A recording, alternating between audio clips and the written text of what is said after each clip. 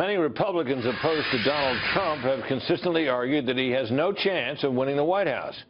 One exception is Bill Kristol, founder and editor of the Weekly Standard. He's had a different view of Trump's prospects for some time. Hello, Bill. Hi, Brett. Nice to see you. Been a while. It's good to see you.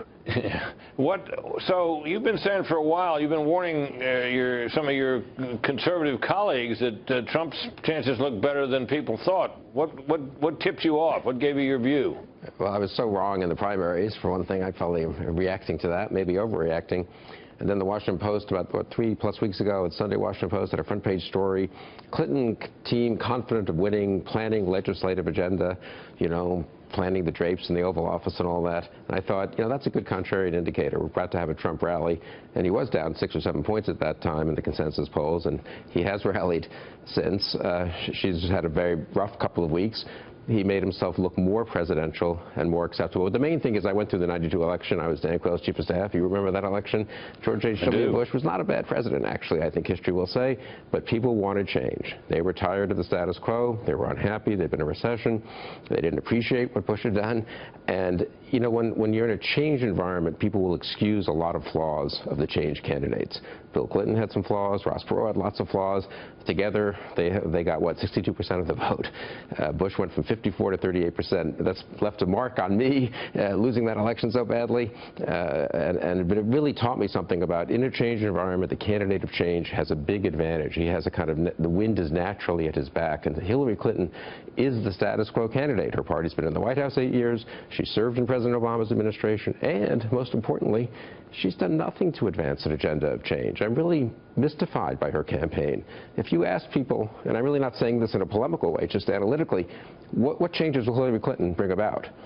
What's the answer? Yeah, that's a good question. It's also a good question of what her slogan, "Stronger Together," actually means. I mean, Trump's slogan is "Make America Great Again." You might not think he can do it. You might think it's, sophomoric or whatever, but it's clear. And it reflects the way a lot of people seem to feel. I'm a little less certain about hers. What's your take on that? Right. He's going to get tough on immigration. He's going to renegotiate the trade deals. He'll build up the military, but not get us involved in wars. Again, however coherent and intelligent that people could say what Trump will do, and he'll shake things up.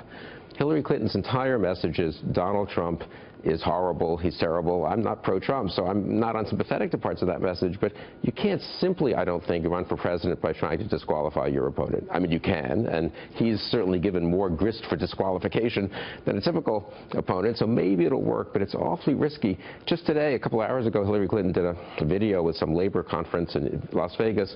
She said she couldn't understand why she isn't 50 points ahead, but the people she's speaking to, the union supporters of hers, they need to get the message out. And what's the message? In the next sentence, if you look at just the transcript, what she said is, in effect, Donald Trump can't become president. It's just too horrible. Friends don't let friends vote for Donald Trump. She needs to have some positive message. In 1988, think about the last time a party held the White House for a third straight term when George H.W. Bush won as Ronald Reagan's vice president. He ran as a loyal supporter of Ronald Reagan, but he also had an agenda, I'm going to change a few things. I'm going to focus more on education. I'm going to focus more on the environment. I'll be kinder and gentler. I was a Reaganite, so I was actually a little unhappy with some of that. But it was, in retrospect, it was extremely smart politically and the right thing to do. You just can't be, I'm here. I'm from the party that's held the White House the last 8 years. People think the country's on the wrong track by 2 to 1, but my opponent is just so horrible that you can't elect him.